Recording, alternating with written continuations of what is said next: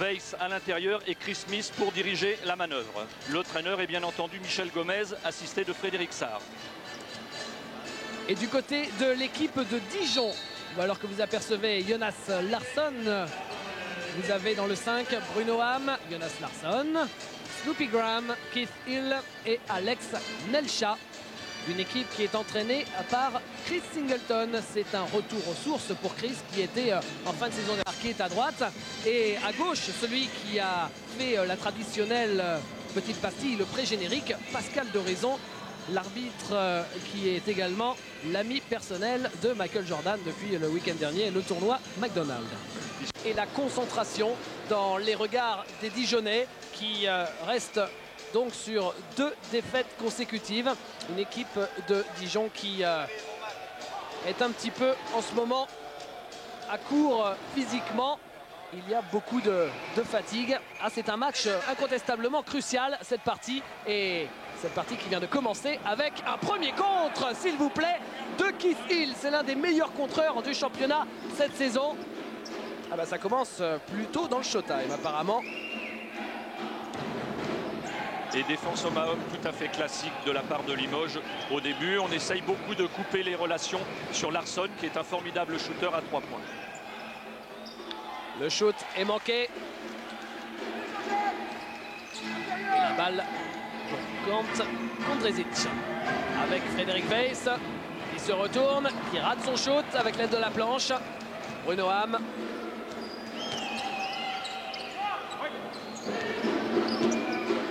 Et à nouveau, Snoopy Graham avec Keith Hill. 2 points. Le premier panier du match pour la JDA. Vous reconnaissez ce visage que vous aviez déjà vu à Pau-Orthez il y a 2 saisons. Et qui est actuellement le meilleur rebondeur du championnat de France. Un très bon sauteur, un joueur très solide et qui avait fait une excellente impression à Chris Singleton il y a 2 saisons avec Pau. Et première tentative ratée à 3 points pour Chris Smith. Et Bruno Ham, regardez la passe de Bruno Ham pour Alex Nelcha. Un tout petit peu court qui laisse échapper ce ballon. Et bien puisqu'on parlait du meilleur rebondeur Keith Hill, le meilleur passeur c'est Bruno Ham. Bon là il n'aura pas de passe décisive. Et tout à l'heure nous faisions allusion à Jean-Jacques qui est rentré, qui a apporté un coup de fouet à Limoges. On peut dire que Alex Nelcha, qui a eu des difficultés aussi relevant de blessures, a été un élément très important dans le bon début de saison de Dijon, mais actuellement qui marque peut-être un petit peu le pas, fatigué par cette reprise. Chris Smith et le shoot à 3 points de Grant Kondrzic. Deuxième shoot raté. Chris Smith à nouveau. Il passe ligne de fond, le bon ballon pour Jean-Jacques. Non, ce ne sera pas un bon ballon parce que Pierre Guillard estime qu'il y a un marché. Et l'équipe de Limoges qui n'a toujours pas marqué le moindre point après 2 minutes de jeu. Bruno Ham. Bruno Ham qui trouve Snoopy Graham. Alex Nelcha et faute offensive. Loin du ballon. Et la faute sera pour Keith Hill.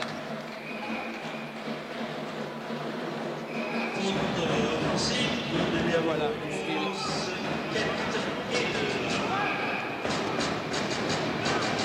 Chris Smith.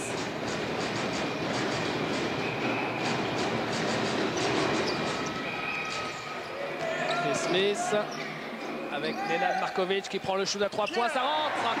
Après un très bon travail d'écran, un double écran pour lui, pour le libérer derrière les 2 intérieurs qui étaient montés en position de poste haut. Bon travail d'équipe qui doit satisfaire Michel Gomez à la recherche d'un collectif bien huilé. Jonas Larsson avec Keith Hill. Bruno Ham. Bruno Ham cherche des solutions face à Frédéric Weiss. Il prend le shoot à 3 points, il s'écarte. C'est manqué. Et rebond pour Alex Nelcha. Il est contré par Frédéric Weiss. Non, il y avait une faute. Le voilà, Frédéric, qui en ce moment connaît quelques difficultés. Bien, lui aussi, il a été arrêté un petit moment pendant la période estivale. Et bien souvent, un joueur qui est arrêté pendant 2 ou 3 mois à la reprise a beaucoup de punch, a beaucoup de jours, mais risque de payer le contre-coup de cette reprise. C'est un petit peu le cas de Frédéric, mais c'est quand même bien sympathique de le voir sur le terrain après un printemps gâché par une blessure. Et Alex Nelcha, au lancer franc, c'est le même profil. Et de plus en plus, on trouve des joueurs qui ont des problèmes physiques parce que le rythme est intense, les matchs sont proches les uns des autres. Markovic feinte le shoot à 3 points, joue intérieur pour Jean-Jacques, dos au cercle, Alex Nelcha dans son dos. Jean-Jacques cherche à ouvrir la porte, elle reste fermée. Bruno Ham pour la contre-attaque qui va finalement jouer la transition avec 2 points pour Alex Nelcha. Cette balle a été contrée par Frédéric Weiss, mais trop tard. Regardez. Vous voyez, elle touche d'abord la planche. C'est tout à fait logiquement que ce panier est accordé. Weiss avec Jean-Jacques. Chris Smith. Jean-Jacques avec Nenad Markovic. Jean-Jacques qui attaque le cercle. Alors on vous le rappelle quand même une nouvelle fois, si on l'appelle Jean-Jacques, c'est pas parce qu'on est plus amis avec lui qu'avec les autres. C'est tout simplement parce que comme il a joué très longtemps au Portugal, et Portugal c'est comme au Brésil, on prend des diminutifs pour des noms qui sont à rallonge. C'est assez pelé, c'est pas pelé évidemment sur l'état civil. Pareil pour Ricardo, le joueur de foot. Et ben Jean-Jacques, tout le monde au Portugal pendant ses 7 ans passés à Benfica l'a appelé Jean-Jacques plutôt que Conceição. Et déjà Michel Gomez est agacé. C'est vrai qu'en général, les entraîneurs n'aiment pas voir ce genre de rebond leur échapper à leur équipe. Et il n'était pas très content de la concentration défensive de son équipe sur ce rebond. Chris Smith. Je vais peut-être parler un petit peu trop vite en tout début de match en parlant de Showtime. Ah, voilà Chris Smith. Et Limoges mène de 3 points. Parce que là, on était quand même resté à 5 partout après 5 minutes de jeu. Les équipes sont un petit peu crispées, ne se sont pas encore vraiment libérées. Bruno Ham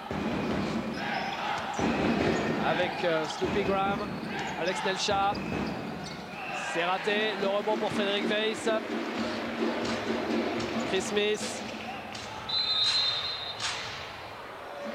Et coup de sifflet de Pierre Guillard pour la faute de Bruno Ham, meilleur passeur du championnat l'an passé et actuellement en tête de ce classement cette année avec presque 8 passes par match. Les changements défensifs, Dijon vient de passer en zone sur la remise en jeu en ligne de fond. Frédéric Weiss rate le shoot, mais il y a une faute sous les panneaux. Faute dijonnaise, peut-être pour Snoopy Graham, ouais, c'est ça. Qui a poussé au rebond son adversaire. Et de nouveau, mise en place de la zone de 3. C'est presque un classique. C'est très souvent que les équipes, lorsqu'il y a des remises en jeu en ligne de fond, se mettent en défense de zone, ce qui interdit à l'équipe qui bénéficie de la remise en jeu de mettre en place une stratégie sur cette remise en jeu. Weiss, Chris Smith, Markovic, Gondrezic joue intérieur pour Weiss, se retourne, airball. Il a du mal avec ses shoots, Frédéric, en ce début de match. Il est à 0 sur 3. Et sur la séquence rapide, c'est Alex Nelcha qui marque. Très bon travail. Ça fait 2 fois qu'Alex Nelcha a un véritable rôle d'intérieur n'ayant pas gagné le rebond. C'est-à-dire qu'il sprinte pour être le premier sous le panier adverse. Et il vient marquer pour la 2e fois dans les mêmes conditions. Marché pour Jean-Jacques. Et à l'arrivée, bien sur les 7 points de Dijon, Alex Nelcha en a marqué 5. C'est évidemment le meilleur marqueur du match. Bruno Ham.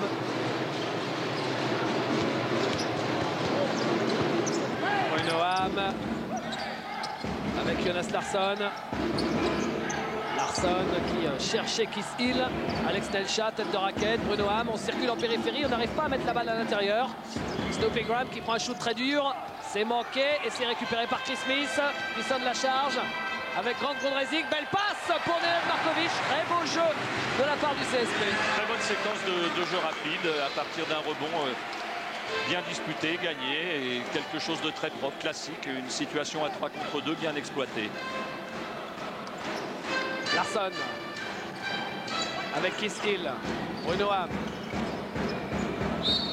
Et la faute de Frédéric Weiss. Alors pas de souci pour Frédéric Weiss, si, parce que c'est déjà sa deuxième et c'est le problème majeur de Frédéric. C'est vrai qu'il est souvent touché par les fautes et ça a été le cas déjà jeudi contre le Real Madrid en Euroleague où il a eu 2 fautes en 2 ou 3 minutes très rapidement qui l'ont quasiment sorti de la partie.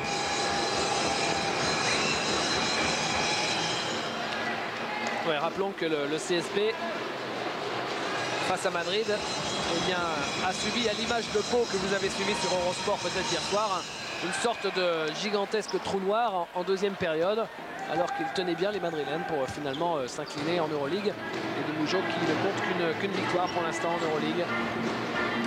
Retour au jeu avec Jean-Jacques Markovic. Markovic, Gondrezic à 3 points. Ouais, ça rentre.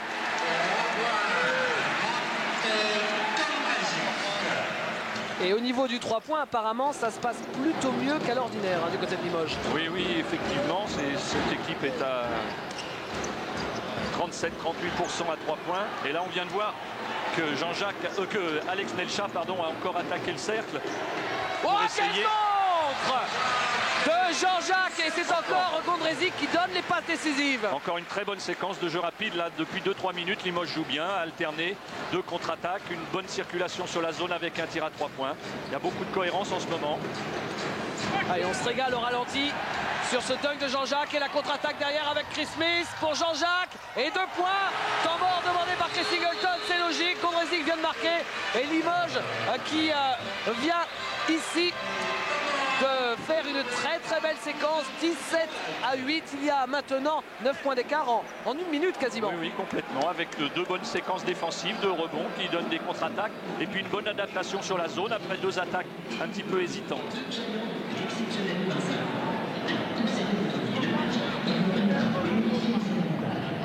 You don't know he's there, you can't guess that he's there. You gotta work, il faut travailler longtemps. Là on leur donne 3 attaques de suite rapides. Parce que où on shoot rapide, ou on perd le balle rapidement. Have patience. Make them make the mistake. Patience, il faut obliger eux à faire des erreurs. On les oblige pas. Ok? Défensivement, beaucoup trop de panier à l'intérieur. On a dit Markovic qui va partir à droite, il faut fixer. Si vous laissez passer à droite, il va fixer à l'extérieur. Cut him in half, push him baseline. All right, they're not hurting us there. D'accord? Restez dedans. Let's go, come on. Mais c'est tout à fait ça, c'est-à-dire qu'il y a un rappel des consignes sur Markovic en particulier de la part de Chris Singleton. Et puis le rappel en attaque, il faut travailler de façon à ne pas donner de balles de contre-attaque à Limoges. C'est la meilleure façon de bloquer le jeu contre Limoges en ce moment. Et ça continue avec Jonas Larsson qui perd ce ballon et Markovic qui va dunker. Cette balle qui est ressortie pour rentrer. Il y a de la réussite. Et là, il y a vraiment un souci du côté de Dijon qui vient de prendre un 8-0, il me semble. Oui, oui, effectivement. Et ce que l'on peut noter, c'est qu'après 8 minutes de jeu, Larsson n'a toujours pas trouvé la moindre solution de tir. Il y a une grosse défense de la part de Markovic contre Jonas Larsson. Gondrezic avec Jean-Jacques, il est tout seul. Markovic à 3 points, il feinte le shoot. Il joue à l'opposé sur Chris Smith. Lui aussi, il a un shoot ouvert. Et boum, ça rentre. Là, ça devient vraiment problématique. 22 à 8, alors que les deux équipes se tenaient à 1 point. Il y a encore de cela 3 minutes. C'est énorme l'écart. Et ça pourrait vite devenir rédhibitoire si jamais la Gilléa ne savait pas comment réagir. Regardez, encore un jeu à 3 contre 1, ça va finir en dunk que ça, avec Jean-Jacques qui s'envole. Et le Léa va l'arrivée. Beaucoup de rythme de la part de Limoges qui joue vraiment très bien, qui après 5 premières minutes hésitantes et encore un ballon perdu qui occasionne la faute de Graham. Michel Gomez qui a toujours le visage fermé et pourtant il aurait tout lieu d'être satisfait parce que comme vous le disiez, effectivement, il y a du rythme. Beaucoup de rythme, beaucoup de pression défensive et Chris a demandé à son équipe de travailler plus longtemps pour essayer de mettre cette équipe hors de position et de faire la troisième faute à Frédéric Weiss. Mais pour le moment, eh bien, les Dijonnais perdent beaucoup trop de ballons au milieu du terrain. Ondřejčík avec Mo Smith, Nenad Markovic qui prend un shoot très difficile, c'est manqué, le rebond. Bruno Ham avec Kiss-In qui fait une faute offensive sur Frédéric Weiss. Et vous l'avez vu, l'équipe de Dijon a perdu beaucoup de ballons. L'équipe de Dijon en est déjà à 7 balles perdues. Et ces balles perdues ont été transformées dans les 4 secondes qui suivaient en panier, ce qui est encore plus grave parce que ces balles ont été perdues au milieu du terrain. Quand on perd une balle sous le cercle, parfois c'est gênant, mais au milieu du terrain, c'est encore beaucoup plus catastrophique. Ouais, ça se traduit par des paniers faciles à l'opposé. Et c'est ainsi que Limoges a pu infliger 14-0, je crois. Oui, c'est cela, oui, depuis 5 minutes. Mo Smith qui est rentré à la place de Jean-Jacques. Et nouveau changement de défense, Dijon vient de repasser homme à homme. Chris Smith, Markovic à 3 points. Oh là là, ils ont l'adresse. Là, ils en sont à 5 sur 7 à 3 points tout simplement et peut-être bien qu'ils ont réussi les 5 derniers d'ailleurs. C'est encore raté, il force beaucoup Kiss-In.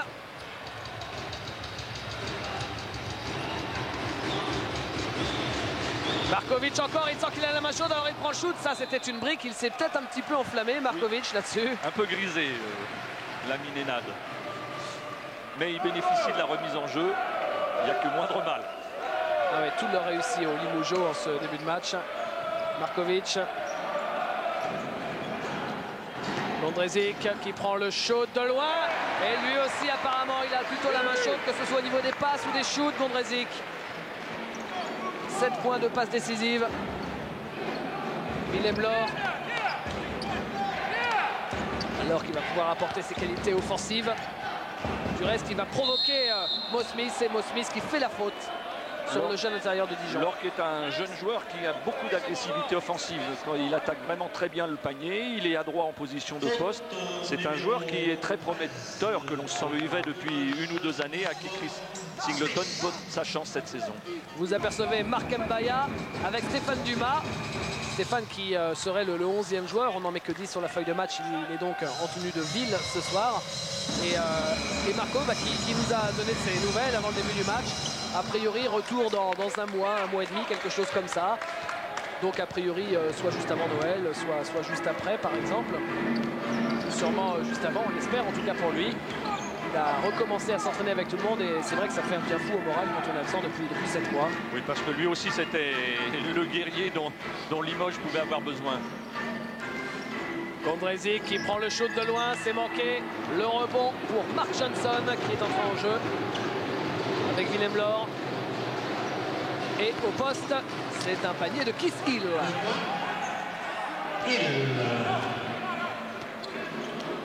Marc Mbaya, rappelons-le, victime d'une rupture du tendon d'Achille au premier tour des playoffs, si les souvenirs sont bons, face à Montpellier la saison dernière.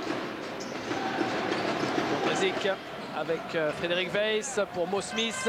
Mo Smith ressort sur Frédéric Weiss qui prend le shoot à 5 mètres. Pas de réussite, mais qui est là derrière? C'est Markovic. Et oui, parce qu'il est marqué par Johnson. Il a un gros avantage de taille. Le problème en ce moment de Dijon, c'est qu'il manque Laurent Bernard dans la rotation des joueurs extérieurs. Et qu'en ce moment, ils sont obligés de jouer avec 2 meneurs, à savoir Bruno Ham et Mark Johnson. Et que les possibilités de faire tourner l'effectif sont relativement réduites dans le secteur extérieur. Jonas Larsson s'apprête à revenir sur le parquet. On sent au niveau des rotations de Dijon que Chris cherche la solution, qu'il ne l'a pas encore trouvée, loin de là. À l'intérieur, ça va, il a des joueurs compétitifs, mais il est vraiment en manque à la périphérie, bien entendu. Et le retour de Laurent Bernard est prévu dans une quinzaine de jours et fera sans doute le plus grand bien à l'équipe de Dijon. Ouais, Laurent qui nous a même avoué avant le début du match On lui a rappelé que nous venions la semaine prochaine avec Eurosport à Dijon face au PSG. Ce sera la prochaine journée de championnat. Il m'a dit, bon, il faut absolument que j'arrive à m'arranger avec le médecin pour que je puisse faire mon retour sur le parquet la semaine prochaine. Kiss Hill. Kiss Hill, joli mouvement.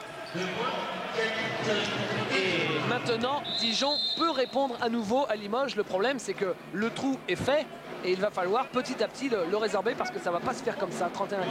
Non, le problème, bon, Limoges est en position de force avec 17 points d'avance, mais il y a eu un passage euphorique et il faut trouver l'équilibre dans ce cas-là entre la rigueur et continuer à se lâcher, à se faire plaisir au niveau offensif. Frédéric Weiss. Grande Gondrezic. Sur l'intérieur, Mo Smith se retourne, il est contré, Mo Smith. Kiss Hill avec Mark Johnson qui essaye de jouer rapide. Mark Johnson. Kiss Hill s'approche. Essaye de passer. Frédéric Weiss sur un contre 1. Il le gêne, Frédéric Weiss, mais Kiss Hill prend un gros rebond. Et coup de sifflet de l'arbitre. Il y a une faute limougeaude.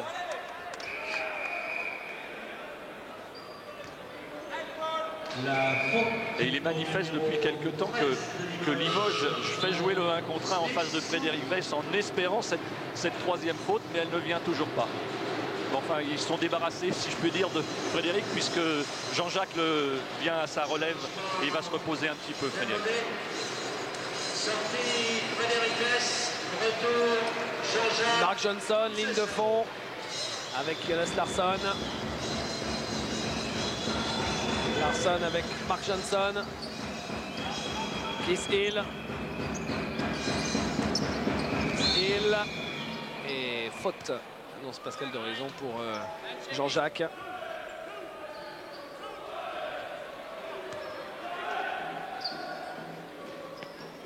Incontestablement deux des meilleurs intérieurs du championnat de France. Face à face, Kiss Hill et Jean-Jacques. Jonas Larsson qui cherche des shoots, mais toujours pas trouvé la moindre position. Il y a une excellente défense de Markovic qui le coupe de toute relation. Et le panier qui rentre finalement. Et voilà Dijon qui revient maintenant à 15 points. Chris Smith.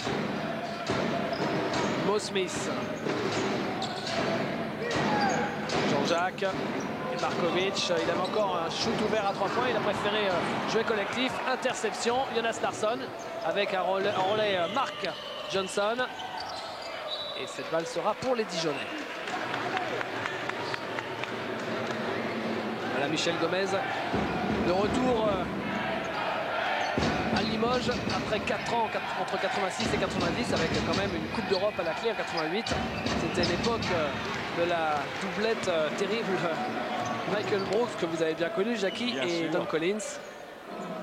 Jean-Jacques à 3 points. Boum!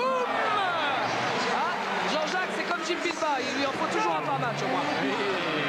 J'ai même le souvenir d'un match l'année dernière, il en avait mis 3 ou 4 de suite contre le Paris Saint-Germain. C'est un joueur très complet. Mark Johnson. Et la balle récupérée par Gondrezic, qui n'est pas loin de la perdre. Singleton qui vient de demander un temps mort de nouveau. Ce sera son deuxième temps mort. Markovic qui marque. Et une nouvelle fois, il y a l'équipe de Limoges qui a refait le break. Ils viennent d'infliger un 5-0 aux Dijonnais. Il y a à nouveau 20 points d'écart. Et l'équipe de Dijon n'a marqué quand même que 16 points en 15 minutes. On va écouter évidemment Chris Singleton à nouveau, puisque c'est lui qui a demandé le temps mort. Alors que vous revoyez la réussite pendant ce temps-là, à Dijon, 35%, c'est faible. Oui, là, vous êtes en train de payer le prix pour prendre France. Ça tranche d'autant plus avec Limoges qui est à 57. Nothing is free in this world. There you're paying the price to get beat by 30. How can someone, after we have talked about it, say everybody in the key, how can someone drive to there to the basket and not be hit by anybody? Comment c'est possible? Est-ce qu'on a dit que tout le monde reste écarté en défense là? Ou est-ce qu'on a dit que tout le monde était là? Comment il arrive? Tout ça, bien sûr. C'est le prix que vous payez. Vous ne payez pas, donc vous ne jouez pas. Donc vous prenez 30. You're not paying the price. That's why you'll get beat by 30. No fadeaways. We got to go to the basket. take your time on offense. Go. Coup de colère de Chris, tout à fait justifié parce que là il y a 2 ou 3 fois des passages en ligne de fond de la part de Limoges qui n'ont pas été sanctionnés par la moindre aide défensive et beaucoup trop de précipitations à l'intérieur, en particulier de la part de Hill qui a joué des 1 contre 1 très rapides. Vous voyez les rebonds, domination de Limoges et justement Yvan Bodenès les réalise pour nous ce soir. Vous le montrez sur le dernier ralenti, c'est un joueur limougeau qui passait ligne de fond, il y avait derrière personne pour venir aider. Illustration par l'image des propos de Chris Singleton. J'ai une inquiétude quand même, je me suis dit oh là je me suis trompé dans le décompte des points parce qu'il a dit à ses joueurs plusieurs fois qu'ils étaient menés de 30 points. Rassurez-vous, c'est seulement 20 points. Hein. Non, il leur a dit vous allez en prendre 30 si vous continuez comme ça. Ah, la balle pour José Antonio Montero qui est entré au poste de meneur. Markovic, ballon perdu mais il y a une faute. Du jeune Kant qui est rentré, qui est aussi un jeune produit de la pépinière dijonnaise, qui joue en ce moment avec 2 intérieurs formés au club, Kanté et Willem Laure. Et Markovic qui est au lancer franc.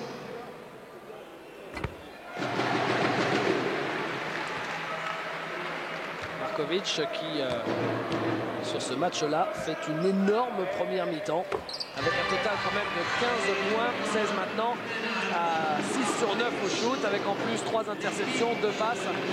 Match très complet effectivement puisqu'il est en train de complètement mettre sous les teignoirs Larsson et puis avec une participation à 15 points, ce qui est tout à fait de qualité. Pourtant, il a connu un début de saison très difficile. À l'image de l'ensemble de l'équipe, ouais. Effectivement. Et bien justement, il sort. Nenad Markovic et Michel Gomez qui lui dit bravo. Ben, je crois qu'il a mérité l'encouragement de son coach, effectivement. Et maintenant, c'est Ronnie Coco, qui va s'y coller, si on peut dire, sur Larsson, qui le coupe complètement de toute possibilité de recevoir le ballon. Mark Johnson en pénétration, c'est bien fait. Et 2 points, Mark Johnson. Mark Johnson qui a pris le relais depuis déjà un bon petit bout de temps dans ce match de Brunoham. Brunoham qui n'est pas revenu sur le parquet. Et faute de Mark Johnson justement. Et ce qui est ennuyeux, c'est que Dijon, ayant cette faute, eh bien, Montero va se retrouver sur la ligne de réparation pour 2 lancers francs. Mark Johnson qui a un parcours un petit peu atypique, même si dans les années à venir ça va peut-être devenir de moins en moins atypique. Bon, c'est un Américain au départ qui est naturalisé et n'ayant plus de club en France, il est parti jouer en Belgique. Il a joué à Rennes l'an passé. Et il est revenu cette année à Dijon. C'est peut-être pas un hasard parce que si je ne m'abuse, il était déjà sous les ordres de Chris Singleton il y a de cela quelques saisons. C'est tout à fait ça. Il avait déjà eu l'occasion de jouer. Non, c'est manqué pour Mo Smith 2 fois et ça rentre finalement.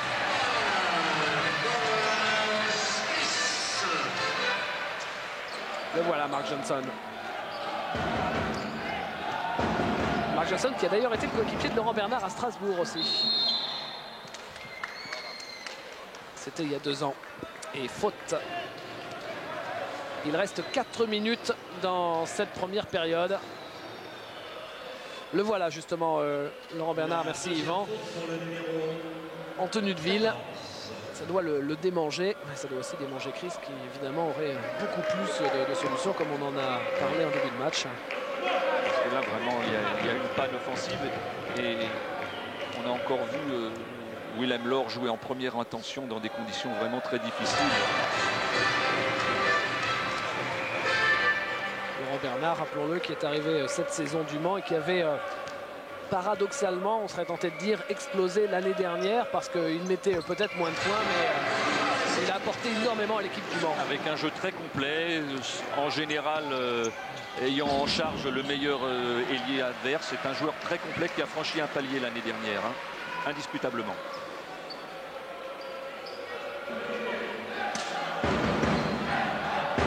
Balle pour l'équipe de Dijon avec Mark Johnson. Interception, c'est récupéré par Limoges avec Montero. 4 contre 1. Et à l'arrivée, c'est Ronnie Coco. Ah, il y en a beaucoup, de séquences comme ça, Jackie, dans ce match. Oui, c'est vraiment la constante du match, balle perdue et contre-attaque à 3 contre 1. Et là, même on était à 4 contre 1, beaucoup plus de rythme de la part de Limoges. Et là, on est encore à la limite d'une balle volée. Bah regardez justement, au niveau des balles perdues, déjà 10 en une mi-temps, et pourtant la mi-temps n'est pas terminée, c'est énorme. Du côté de Limoges, le jeu collectif, 8 passes et 6 interceptions. Ah oui, c'est clair que la différence principale dans ce match, c'est dans ce tableau qu'il faut la chercher. Et voilà encore une opportunité offensive de perdu, puisqu'il y a une faute offensive, une faute d'écran. Donc on considère que ça, c'est une balle perdue, puisque l'attaque dijonnaise ne peut pas se conclure par un tir. José Antonio Montero. Jean-Jacques avec Gondrezic. Montero. Jean-Jacques. Ah, il est tout seul, Gondrezic. Tout seul. Et ça rentre. Il avait le temps d'essuyer le ballon avant de prendre le shoot. Le festival à 3 points continue côté Limougeot. Avec un 7 sur 10 depuis le début de cette rencontre. Et le panier apparemment sera accordé à Mohamed Kanté. Et en plus, il va avoir un lancer franc. Le voilà, celui que tout le monde appelle maintenant Momo Kanté. Qui est l'un des jeunes espoirs très prometteurs de l'équipe de Dijon, même si, comme Chris nous le disait avant le début du match, autant Willem Laure maintenant est complètement pro dans sa tête, autant Momo Kanté s'est peut-être pas encore tout à fait rendu compte qu'il était pro. Alors c'est vrai qu'il a d'énormes qualités, il faut juste qu'il grandisse encore un tout petit peu, pas en taille, parce qu'en taille c'est... Oui, c'est sa tête qui doit grandir un petit peu. Mais c'est beaucoup de talent, comme d'ailleurs énormément de jeunes qui jouent à Dijon. Et regardez là, le dunk manqué de Mo Smith. Ah, c'est l'un des péchés mignons de Mo Smith. C'est pas la première fois qu'il rate un dunk. On l'avait déjà vu manquer un dunk contre je ne sais plus qui en Euroleague. C'était contre l'équipe de... Voilà, on le revoit au ralenti. C'était contre le CSKA à Moscou. Qui reste d'ailleurs l'unique victoire du CSP en Euroleague cette saison.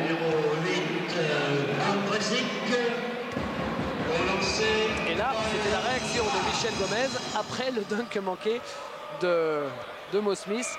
Et juste derrière, vous n'avez pas vu, il y a eu un petit sourire. Peut-être qu'il s'est dit, oh, à 48-22, je peux lui passer ça quand même. Et lancer franc. Réussi les deux pour Snoopy Graham, qui est l'un des tout bons américains de ce championnat de France, mais qui, à l'image de son équipe, est complètement en train de boire la tasse. Bien entendu, oui, c'est beaucoup de difficultés dans cette compétition. Il y a quand même plus du double de points à 2 minutes de la mi-temps pour l'équipe de Limoges, c'est énorme. Larsson. Bon travail défensif, là il y a eu prise à 2 et une bonne rotation derrière pour revenir et interdire le chemin du panier. On sent quand même que tant en attaque qu'en défense, certaines choses se mettent en place côté Limougeot. Et cette équipe a encore une grosse marge de progression, c'est indéniable.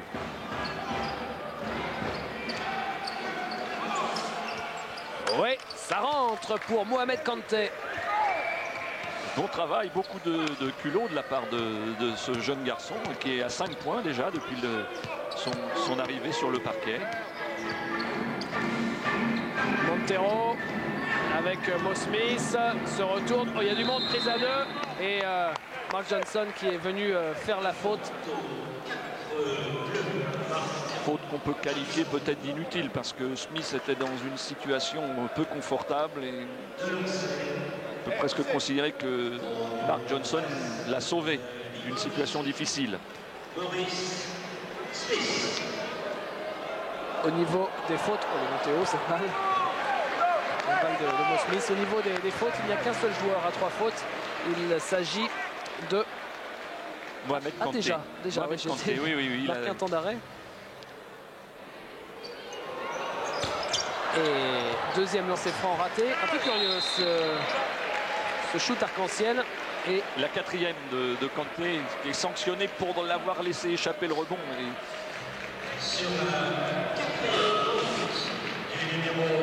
Ouais, ça fait mal parce que là il a pris 4 fautes en quelque chose comme 4 minutes. 4-5 minutes. Oui, à peu près, c'est ça. Mais ça, c'est le prix à payer de son inexpérience.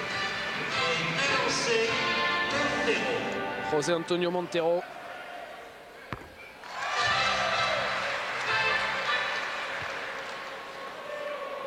Le deuxième lancé.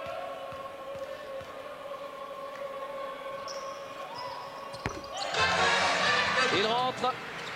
Et mise en place d'une défense tout-terrain après le lancer franc. Regardez, regardez. 50 à 25, 2 fois plus de points. Et là, ça ne marche pas, toujours pas pour Snoopy Graham.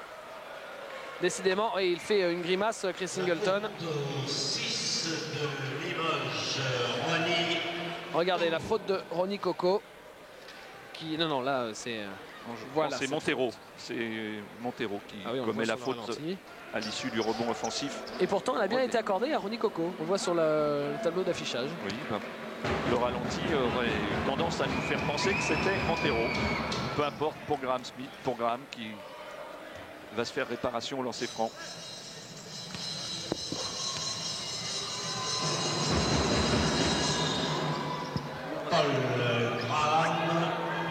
Attention à la séquence rapide. Non, cette fois-ci, c'est manqué. C'était une passe de 20 mètres. Et la balle pour Mark Johnson.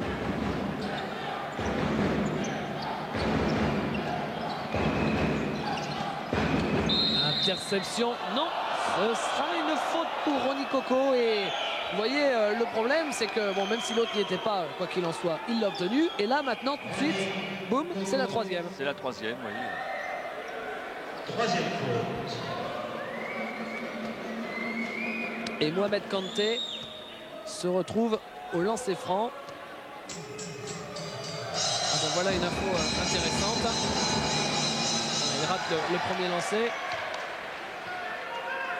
On va attendre de voir s'il met le deuxième pour se rendre compte d'une chose qui est édifiante en ce qui concerne l'équipe de Dijon. Ah bah, il rate, si, il en met quand même 1 sur 2. Et Mohamed Kanté, écoutez ça, est à 6 points. Maintenant, vous me dites que c'est pas extraordinaire. Oui, mais avec 6 points, Mohamed Kanté est le meilleur marqueur. Exactement, c'est le meilleur marqueur de son équipe. Ex-aequo quand même avec Alex Nelcha et avec Kissing. Montero avec Markovic qui attaque le cercle. En pénétration, il est bien saignant, Markovic, qui est revenu pour les 2 dernières minutes de cette première période. Mark Johnson. Mark Johnson. Et interception Markovic. Oh, quel match il fait, Markovic. Et cette fois-ci, il le met, le dunk. Maurice Smith. Bon travail encore de Markovic qui est vraiment sur toutes les trajectoires de passe à destination de Larsson. Et le jeune Kanté a été pris là-dessus dans son transfert. Et une fois de plus, balle volée au milieu du terrain. Sanction dans les 3 secondes qui suivent. Jonas Larsson. Ah, il redonne la balle à Willem Laure. Là-dessus, Montero. Mohamed Kanté. La faute, celle de Markovic qui lui dit désolé, garçon. Et regardez comme Mohamed Kanté a l'occasion de devenir seul meilleur marqueur de cette équipe de Dijon. Alors que le meilleur marqueur du côté de l'équipe de Limoges, et pour le match, bien sûr, c'est Markovic qui est monté à 18 points. Il va peut-être battre son record personnel au sein du CSP, Markovic.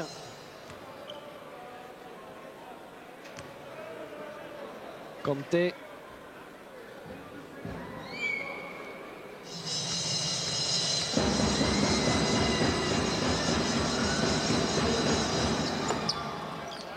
Et la balle pour Montero. Nous sommes dans les 30 dernières secondes. Le chrono des 30 secondes et le chrono de la mi-temps, c'est sensiblement la même chose, à 1 seconde près. Mo Smith, Jean-Jacques. Et ça rentre pour Mo Smith. C'est énorme, hein, 56 points en une mi-temps, c'est énorme. Mark Johnson. Il reste 1 seconde, qui va le prendre? Oui, au buzzer, c'est raté à l'arrivée pour cette équipe de Limoges qui mène 56 à 30. Ça fait beaucoup, 26 points d'écart à la mi-temps. Nous, rapidement, alors que les joueurs retournent au vestiaire, on va passer une page de pub. On se retrouve tout de suite pour la deuxième mi-temps. À tout de suite. Le coup d'envoi de cette deuxième période, c'est parti. On a un peu discuté avec Michel Gomez à la mi-temps. Pour lui, c'est clair, c'est l'un des meilleurs matchs de Limoges cette saison parce qu'en défense, ils répondent présent, c'est clair, on l'a vu. Parce qu'en attaque, ils jouent bien tous ensemble et pas chacun pour soi. Et c'est logique, on le comprend, très satisfait de cette première mi-temps, même si là, c'est Dijon qui marque le premier panier de la deuxième période.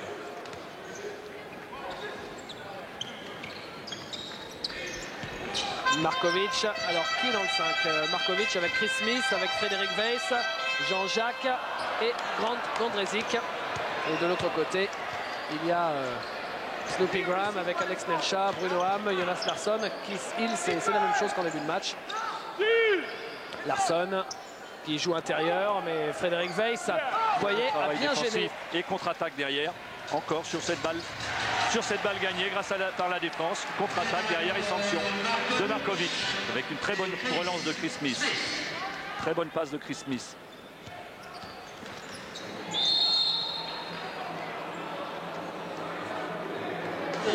Vous apercevez ici Hugo Cancé. D'habitude, il tourne à 13 points par match. C'est incontestablement l'un des leaders de cette équipe de Limoges. Et il n'a pas joué du tout depuis le début du match parce qu'il est un petit peu blessé. Il a un petit problème aux adducteurs et compte tenu de la physionomie du match, Michel Gomez a bien raison de l'économiser pour ne pas avoir un risque de blessure plus important. Et de la même façon, nous n'avons pas encore vu Willy Reden, mais certainement que Michel a envie de reposer aussi Willy. Frédéric Weiss.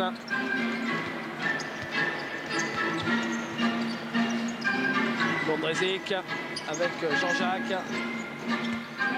Jean-Jacques qui prend le shot.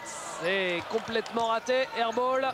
Et regardez encore Gondrezic qui a failli, alors qu'il a envoyé promener Michel Gomez, il a atterri sur son coach. Il a encore failli prendre une balle, Markovic. Il en est à 4 interceptions. Ah, il a une ligne de statistiques qui pourra faire encadrer.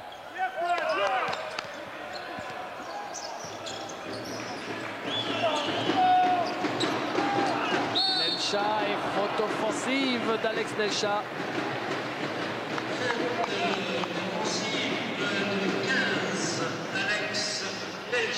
Et toutes ces fautes offensives sont vraiment le signe d'une impuissance à déborder la défense de Limoges.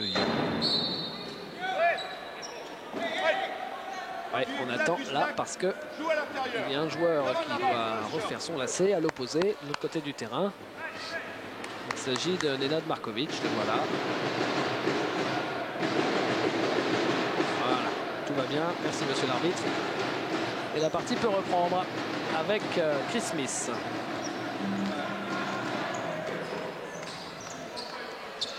Smith avec Jean-Jacques. Nenad Markovic. Chris Smith. Jean-Jacques dans la course pour Markovic. Où il y a du monde, il ressort pour Jean-Jacques à nouveau. 9 secondes pour le shoot. Ils ont à peu près le temps. Il va quand même falloir le prendre, ce shoot. C'est Frédéric Weiss. Et il rentre. Et vous voyez Frédéric Weiss qui serre le point de rage parce que c'est son premier panier après 5 échecs quand même. C'est vrai qu'il était en manque de réussite. Il a beaucoup de poids et de taille bien entendu en défense. Il apporte beaucoup au niveau de la dissuasion, mais il était en panne de réussite et Espagnier va lui faire le plus grand bien au niveau du moral. Keith Hill face à Weiss.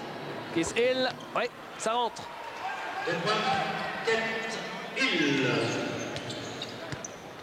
Gondrezic. Chris Smith qui pose son système. Jean-Jacques face à Nelcha. Markovic, Weiss, Gondrezic. Gondrezic, Jean-Jacques. Belle passe de Jean-Jacques et le dunk de Frédéric Weiss. Très joli coup d'œil de l'intérieur portugais. Très bon travail, tout le monde a touché le ballon. Il n'y a pratiquement pas eu de dribble sur l'ensemble de cette attaque. Vraiment beaucoup de choses intéressantes. Regardez cette passe de Jean-Jacques Conceição. Alors que Markovic a envoyé promener Jonas Larsson. Ils étaient tous les deux à la lutte pour ce ballon. Quel gros rebond autoritaire, en tout cas, une nouvelle fois de Jean-Jacques, qui fait la passe du quarterback. Mais il n'a pas réussi à trouver son running back. Faute offensive. C'est pour Markovic. Markovic, il est dans une forme étincelante là. Il a envie de tout croquer. Oui, il est vraiment très, très saignant. Bruno Ham. Passe à Chris Smith. Bruno Ham avec Jonas Larsson.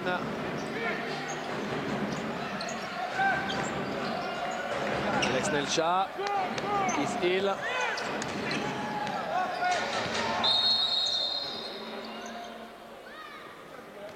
Et la faute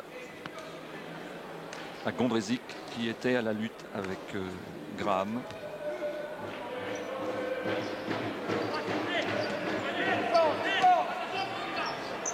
Bruno Ham, ligne de fond avec Snoopy Graham. Keith Hill se retourne, prend le shoot, c'est raté. La balle sera pour les Dijonnais quand même. Ouais, la moue boudeuse sur le banc des joueurs de Dijon. Jonas Larsson pour son premier shoot ouvert du match. Et son premier shoot, eh bien, il le rentre. Et oui, ça prouve bien que le choix de lui interdire le shoot, c'est un bon choix. Parce qu'on sait que c'est un formidable tireur à 3 points. Que c'est vraiment l'essentiel de sa qualité de jeu. Le contre de Keith Hill sur Frédéric Weiss, ce sera une faute finalement. C'est vrai qu'aujourd'hui, on a... parmi les meilleurs bossman du championnat de France, hein, parmi les meilleurs joueurs européens, Jonas Larsson, Jean-Jacques. Oui, puis ce sont des gens qui sont pour la 2e année en France dans le championnat français, qui commencent à en connaître les habitudes, les adversaires, qui sont bien intégrés à leur équipe, à un nouveau style de vie et de basket. Je pense quand même que le titre de bossman numéro 1 actuellement doit revenir sans aucun doute à Eric Strulens. Sur ce qu'il nous a fait voir, en tout cas au McDonald's, il n'y a pas le moindre doute. Il est actuellement vraiment à un très haut niveau. Et Bruno Ham qui cherchait, il a réussi à récupérer le ballon, il cherchait Alex Nelcha. Il prend le shoot, c'est manqué. Et pourtant il avait du temps, hein. On n'était pas à 5 secondes de la fin de la possession. Oui, ce tir un peu difficile, c'est une nouvelle fois un signe de désarroi, de manque de possibilités.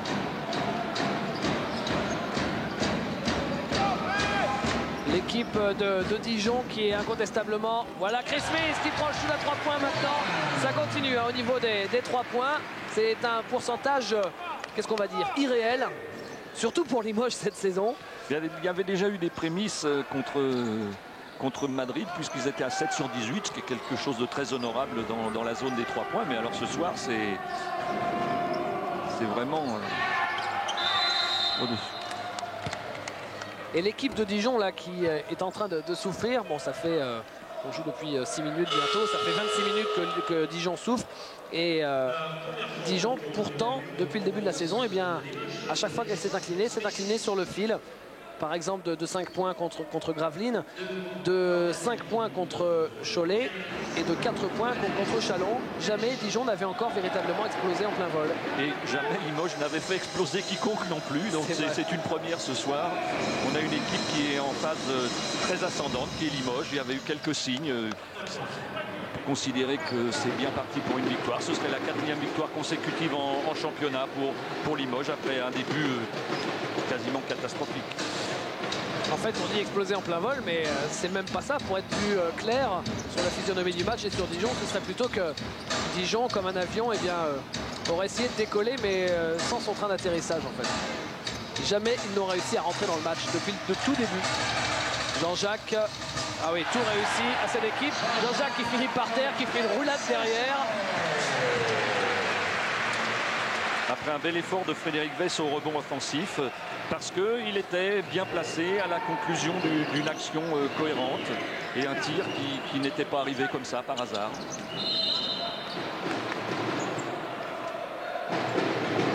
La faute de Grant Gondrezic. Regardez, merci Yvan d'avoir retrouvé ça grâce à l'habileté légendaire de vos cadreurs et de vos ralentis, enfin de votre équipe de toute façon. La cabriole de Jean-Jacques en plein milieu du parquet. Et le pire, c'est que... Enfin, le pire, ça n'est pas bien grave. Encore un rebond pour Gondrezic qui perd la balle juste derrière. C'est qu'il n'y a même pas beaucoup d'ambiance dans cette salle, alors que pourtant il y a presque 30 points d'écart. Voilà Larsson pour son deuxième shoot. Et voyez, deuxième shoot de Larsson à 3 points. Le deuxième, il rentre. C'est peut-être que ça commence à se relâcher un peu. Oui, là, il y a sur une balle un petit peu cafouillée. Il a 1 mètre d'avance et ça lui suffit largement. Bon, je vous le disais, il y a peu d'ambiance alors qu'il y a 30 points d'écart. Pourquoi? Tout simplement parce que les 30 points d'écart sont arrivés tellement tôt que les gens sont habitués à cette physionomie depuis le début de la rencontre. Markovic maintenant, oh là là là là là là là là, qu'est-ce qu'il est fort! Il y a quand même un petit peu d'ambiance, mais bon, ça c'est le COP, ça c'est les fidèles, oui, ceux qui viennent même quand il fait moins 20. C'est-à-dire que là, sur l'issue du match, il n'y a pas beaucoup de crainte de la part des supporters. Ils attendent l'exploit, les choses un petit peu fun. On en a vu quand même beaucoup depuis le début de l'année. Et encore une très bonne défense de Frédéric Weiss là-dessus, qui a été à 2 doigts de voler ce ballon. Et Gondrezic là va prendre sa deuxième faute consécutive et sa 4e en tout. C'est le premier joueur Limougeot à 4 fautes. Enfin, il reste quand même sur une bonne partie, 12 points à plus de 50%, 4 rebonds. Et comme tous les Limougeaux, il a quelques chiffres dans chaque colonne de stats, quelques passes, quelques interceptions. Ils se trouvent partout, tous là. Ils ont construit leur victoire à partir d'une bonne défense, de balles volées et puis de relance. 18 sur 30 à 2 points, 9 sur 13 à 3 points, c'est du top. Ouais. La balle pour Mark Johnson avec Snoopy Graham. Willem Laure, c'est manqué, rebond pour qui?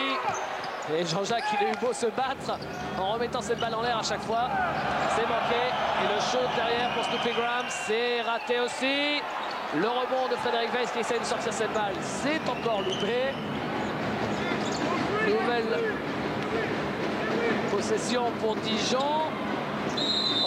Et finalement, ça va se terminer par une faute de Nenad Markovic. Et Niklas Markovic qui semble dire à l'arbitre que vous êtes fou, quoi. Il ne va pas falloir qu'il le fasse trop souvent parce que sinon... Et c'est sa 4e et la 7e faute de Limoges après 8 minutes de jeu dans cette deuxième période. Alors qu'il n'y en a eu que 2 du côté de l'équipe de Dijon. Mais il faut reconnaître qu'il y a une différence d'intensité défensive dans les deux équipes et que...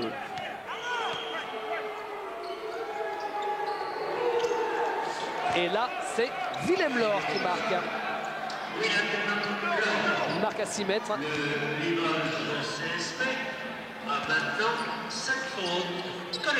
Ronnie Coco avec Jean-Jacques.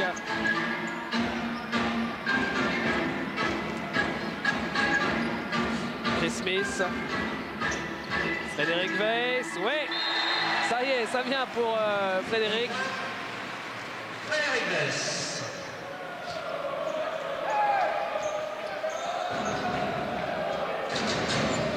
Et la balle pour Jonas Larsson avec Mark Johnson. Willem Laure. Et Frédéric Weiss.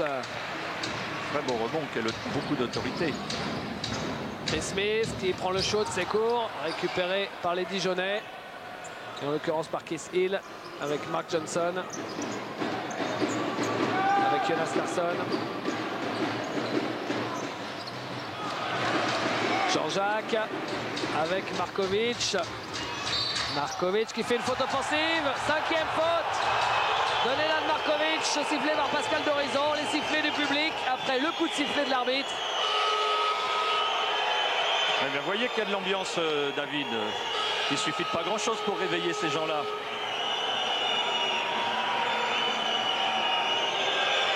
Voilà les stats finales de Markovic.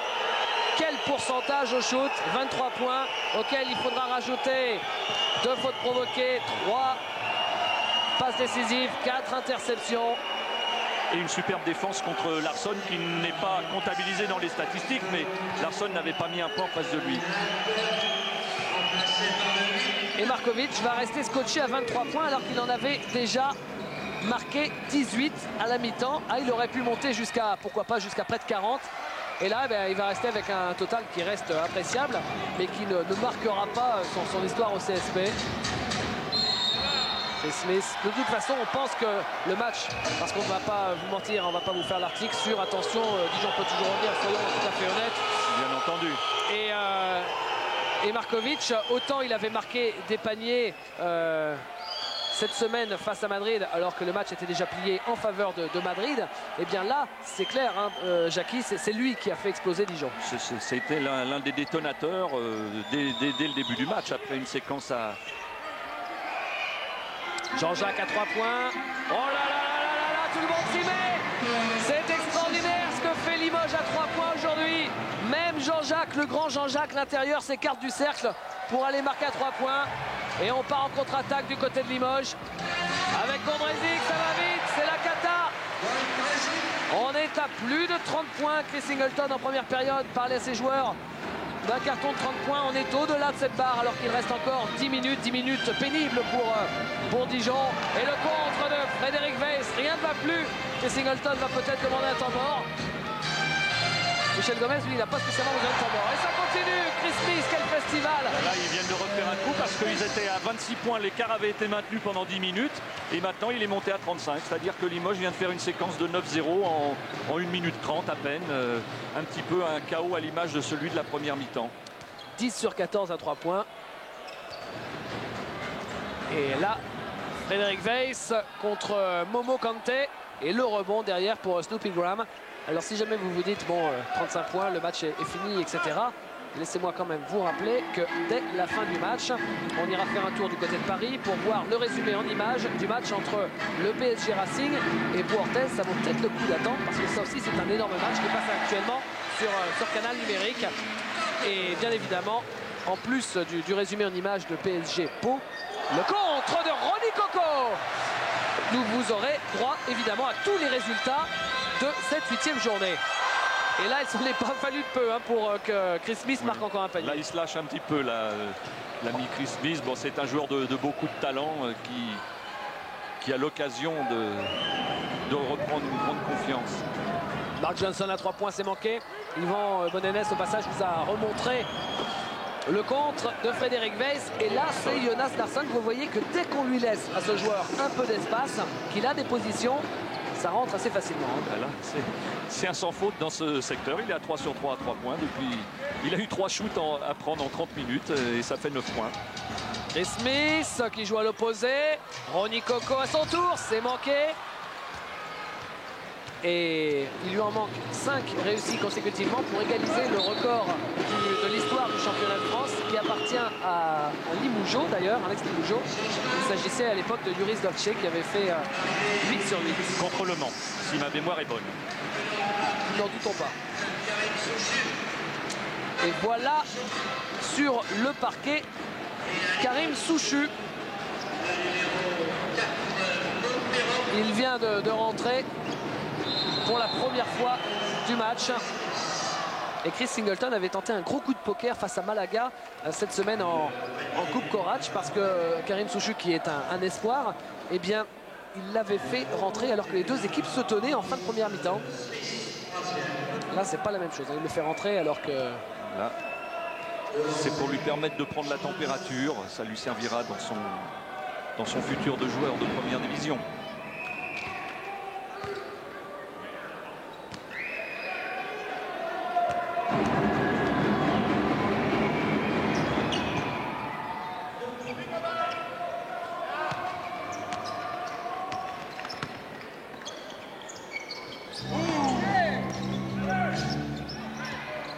Frédéric Weiss. Montero. Ah, on a perdu la patte à 3 points. Le pourcentage qui descend régulièrement après les échecs de Coco, de Chris Smith, de Montero maintenant. 3 shoots à 3 points ratés de suite. Et encore Frédéric Weiss en défense. Ah, il est grand. Larsson. Non, il ne battra pas le record de Yuris Dovce. Premier shoot à rater par Larsson. À 3 sur 7 à 3 points pour Dijon, c'est simple, hein, c'est 3 shoots marqués par le même joueur, Jonas Larsson. Gondrezic, Frédéric Weiss se retourne et dépose cette balle sur le cercle. Frédéric qui est beaucoup plus en vue dans cette deuxième période qu'en première. Et il avait commencé par un 0 sur 5, il est à 4 sur 9. Ça veut dire qu'il vient de réussir 4 sur 4 là depuis que. Et puis avec vraiment une énorme présence défensive. Tous les joueurs de Dijon essayent de le défier en 1 contre 1, mais pour le moment, il n'y a pas eu beaucoup de réussite de leur part. Larsson, ouais. Dans l'intervalle, ça rentre. C'est Mohamed Kanté. Ah, c'est pas loin d'être Limoges contre l'équipe espoir de Dijon là. Il manque Willem Laure et on aura les 3 jeunes de l'équipe sur le parquet. Ça tourne et ça rentre à 3 points. C'est Montero.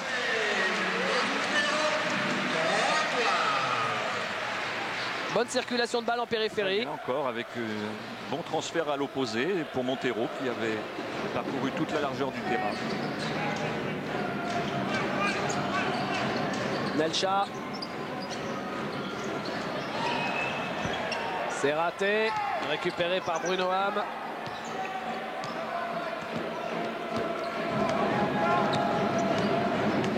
Bruno Ham toujours.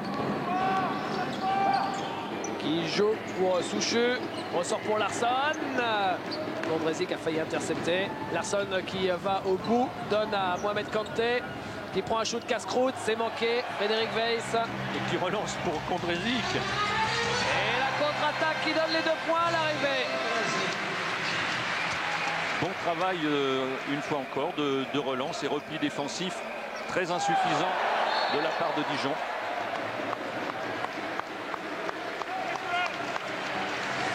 Et le public là, qui commence à s'enflammer. Et ça peut se comprendre.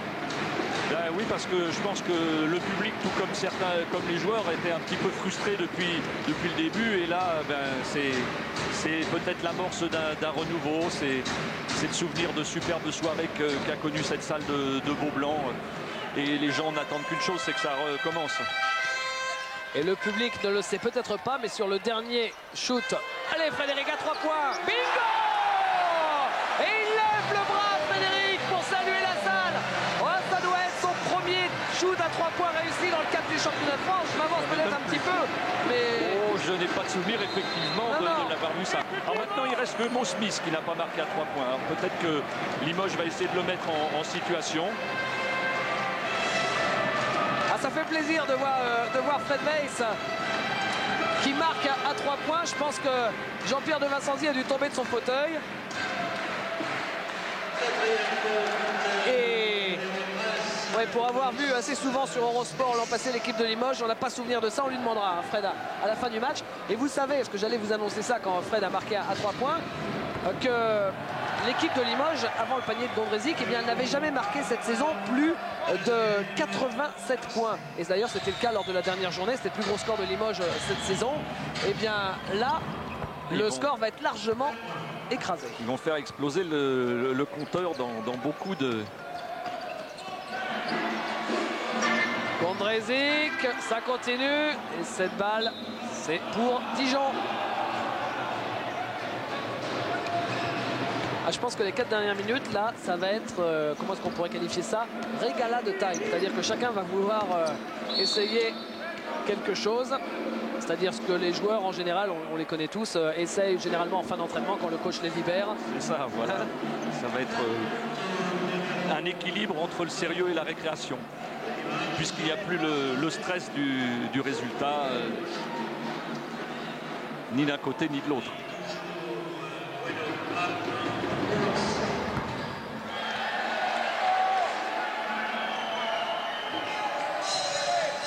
Il faut signaler que Dijon joue toujours d'ailleurs sans ces 2 Américains.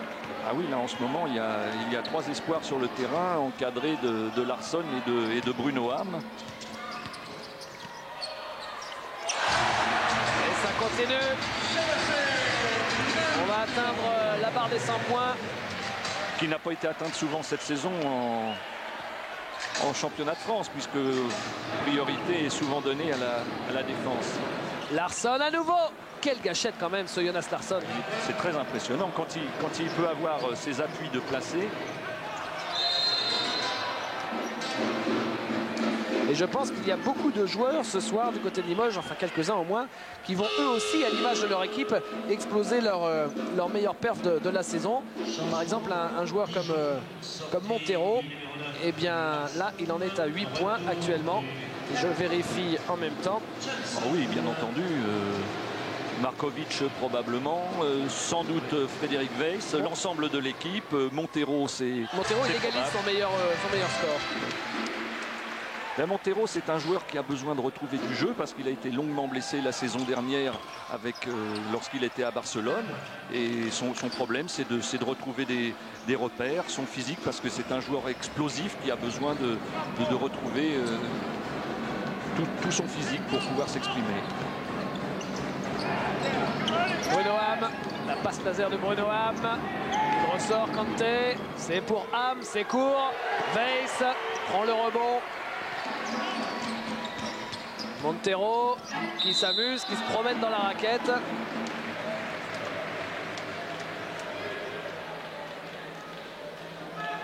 Et la faute de Bruno Ham. Il reste moins de 3 minutes.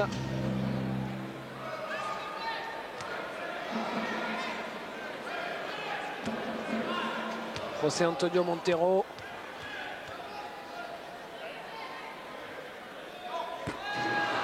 Le premier est manqué. Allez, le deuxième lancer franc pour battre son meilleur score de la saison.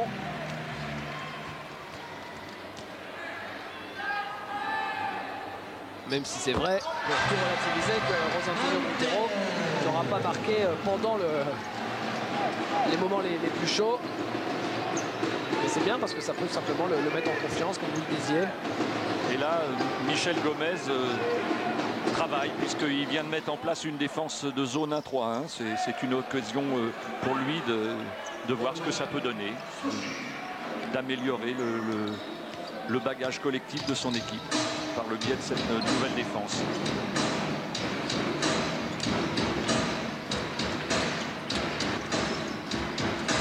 Kondrzic avec Weiss.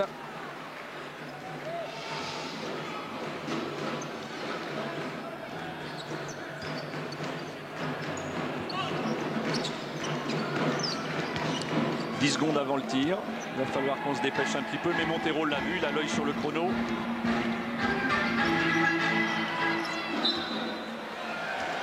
Et la balle sera toujours pour l'équipe de Limoges.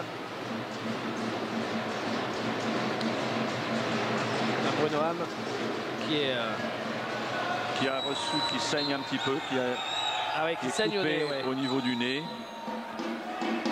Et qui doit sortir comme le règlement l'oblige. Et nouvelle faute, il va y avoir à nouveau des lancers francs. Précisément du même Florent.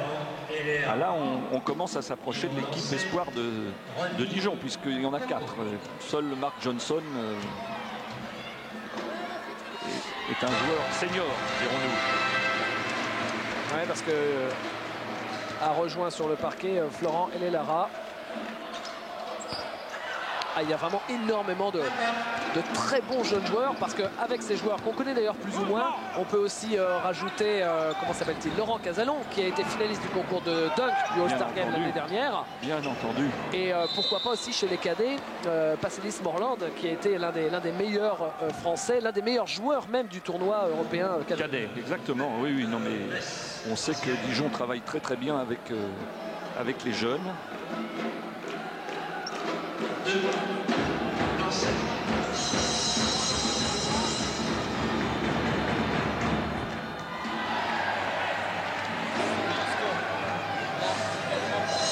Et alors qu'au lancer franc, c'est Mohamed Kanté. Tiens, par exemple, Mohamed Kanté, Chris Singleton, il fait beaucoup jouer les jeunes. L'année dernière, il n'a joué, l'année dernière et avant d'ailleurs, il n'avait joué jusqu'à présent que 7 matchs en Pro A et à chaque fois, c'était des poignées de minutes. Et là, ça lui est déjà arrivé de jouer 15-20 minutes. Bien sûr. Comme c'est le cas ce soir d'ailleurs. Frédéric Weiss. Et cette bande de jeunes monte le rythme défensif. Là, c'est très bien. Ils essayent de mettre une grosse pression. Et ça continue.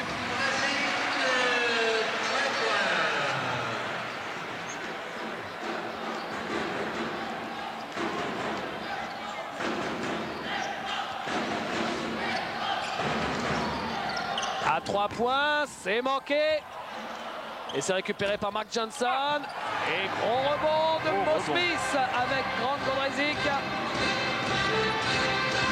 Grant Gondrezic qui attend du monde. Tiens, au passage, parce que là Limoges joue placé tranquillement, on peut vous donner, parce que Markovic aurait pu peut-être aujourd'hui battre son record absolu, c'est-à-dire si on prend en compte non seulement Limoges mais aussi ses clubs précédents. Il a joué en Israël, avant en Espagne et avec la sélection de Bosnie. Son record absolu dans sa carrière à Markovic, c'est 42 points. C'était contre l'équipe d'Israël, c'était cet été au championnat d'Europe. Oui, c'était vraiment l'homme de base de l'attaque bosniaque.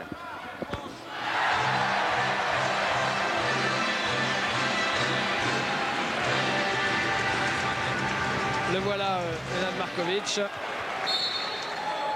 Sur le banc, il doit avoir quand même une petite frustration parce que là, il était parti pour exploser les compteurs et il s'est fait sortir pour 5 fautes finalement. Il a quelques discussions à la table parce qu'on donne des lancers francs à tirer alors que l'équipe de Dijon n'était pas encore pénalisée cette faute. Donc on annule ce lancer franc et la balle va être rendue probablement à Limoges sur le côté. Bah alors Pascal. Pascal a suivi sa table de marque qui avait sorti le petit drapeau rouge sur la table de façon prématurée. À partir de maintenant, on tirera éventuellement des lancers francs. En tout cas, avec ces 23 points, parce que Bruno Dancin, qui travaille énormément en coulisses pour nous, est allé voir Nenad sur le banc. On peut embêter les joueurs. Avec 1 minute à jouer et 40 points d'écart, ils ne sont plus trop concentrés. Là, c'est Frédéric Weiss qui marque. Sachez que Markovic a battu son record avec l'équipe de Limoges, puisque jusqu'à présent, il n'avait marqué que 20 points, ce qui était déjà pas mal. C'était son maximum avec Limoges. C'était face à Zagreb l'année dernière. Willem Laure. Qui tombe devant le mur, Weiss, et qui marche. Ouais, Frédéric Weiss, 12 points, 5 rebonds. Et la balle pour l'équipe de Limoges.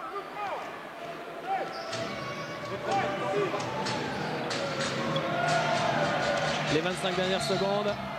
Et faute de Pascal Doraison.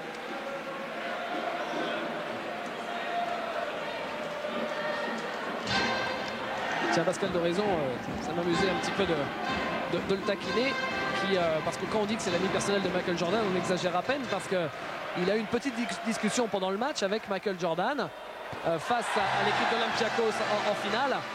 Tout simplement parce qu'il y avait un joueur de son équipe qui avait demandé un temps mort. C'est cela, oui, qui est tombé au sol. Et en NBA, un joueur avec le ballon en main peut demander un temps mort. Et il a eu le réflexe NBA, demander temps mort. Et Pascal ne lui ayant pas accordé, Michael Jordan s'en est étonné. Et il y a eu une petite, non pas discussion, mais on lui a expliqué que c'était différent.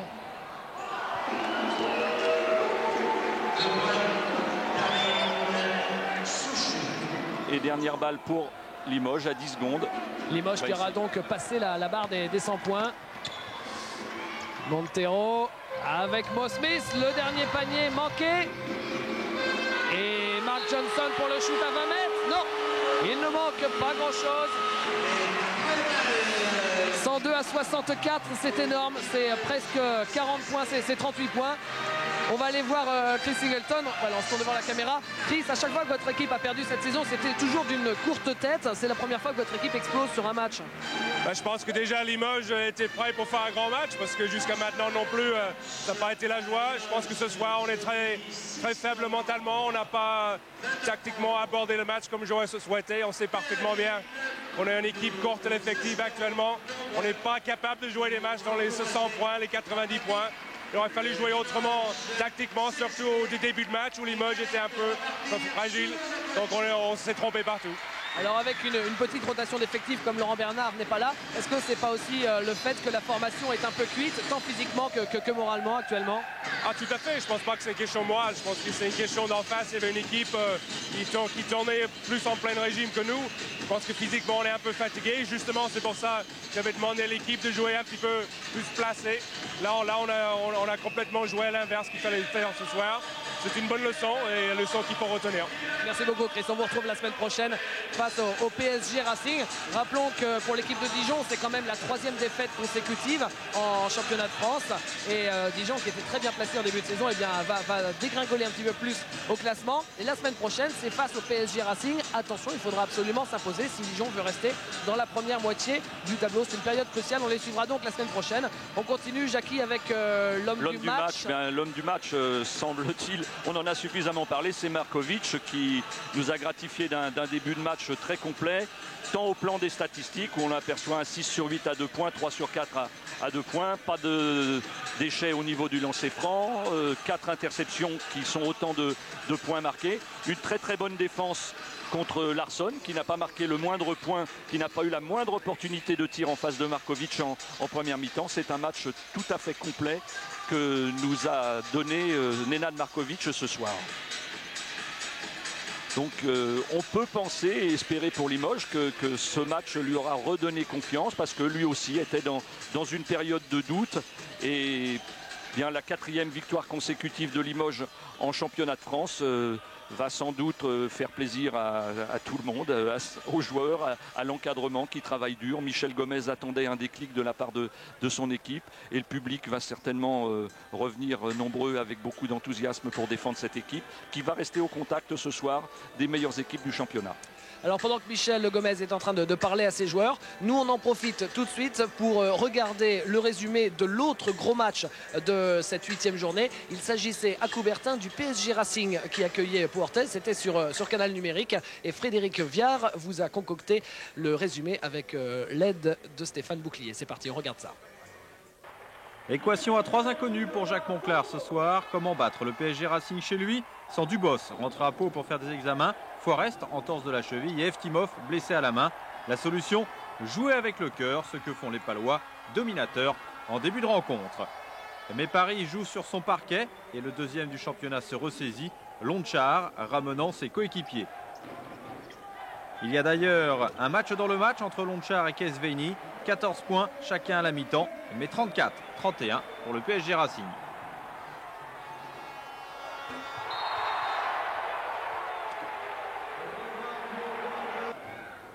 Tout comme à Belgrade, Portez craque en début de 2e mi-temps. C'est Lonchar, toujours lui, qui s'amuse maintenant dans la défense béarnaise. Et alors que la défense parisienne, elle, reste intraitable, ça, c'est la touche Maljkovic. Dès lors, le sort de la rencontre ne fait plus de doute et il faut voir Forte à la limite des 30 secondes pour ce panier à 3 points. Et puis on retiendra dans ce match pour l'ambiance le dunk de Sonko, le meneur palois ce soir. Un dunk pour l'honneur. Et puis un air de déjà-vu entre Reese et Didier Gadou. Mais bien sûr, le clou du spectacle, ce sera Zig pour un dunk magnifique. Le PSG Racing fait valoir son meilleur classement en championnat et s'impose avec 16 points d'avance, 86-70, 3 jours après Zagreb. Voilà pour le match qui opposait le PSG Racing à Portez. Donc pas de surprise à l'arrivée. C'est vrai que le PSG semble en ce moment un petit peu intouchable. Et d'ailleurs, puisqu'on parle du PSG, eh bien, on va voir les résultats des autres matchs tout de suite avec le tableau. Nous sommes dans le bureau de Michel Gomez actuellement. Alors regardez les tableaux avec la victoire de Cholet face à Villeurbanne, 72-71. Et à l'arrivée, eh bien, c'est la première défaite de Villeurbanne cette saison dans le cadre du championnat de France. Villeurbanne sera resté invaincu pendant 7 journées, ce qui fait évidemment bien les affaires et du PSG que l'on vient de voir en image et également de l'équipe de Limoges. Le PSG Racing 86-70, vous l'avez vu. Chalon-Toulouse, ça c'est une surprise. Toulouse qui va gagner à Chalon, 76-73, 3 points d'écart à l'arrivée en faveur de l'équipe de Laurent Buffard. La victoire à l'extérieur également du Mans sur le parquet d'Antibes de 3 points, là aussi 74-71. C'était Alain Weiss face à son successeur à l'équipe de Montpellier, Hervé Dubuisson. Victoire des Manceaux à l'extérieur. Encore une victoire à l'extérieur. Gravelines à Besançon. Gravelines qui va devenir l'une des terreurs du championnat incontestablement. 5 points d'écart à l'arrivée. Gravelines gagne 81-76 sur le parquet de Besançon où nous irons dans 2 semaines. Et Nancy bat Strasbourg, ça c'est un résultat plus logique entre guillemets. Nancy bat Strasbourg 84-77. Là aussi il y a 7 points d'écart à l'arrivée. Et Montpellier Évreux, c'est demain à 17h30. Voilà pour les résultats. Comme on est avec Michel Gomez, Michel, on va vous demander ce que vous pensez de ces résultats.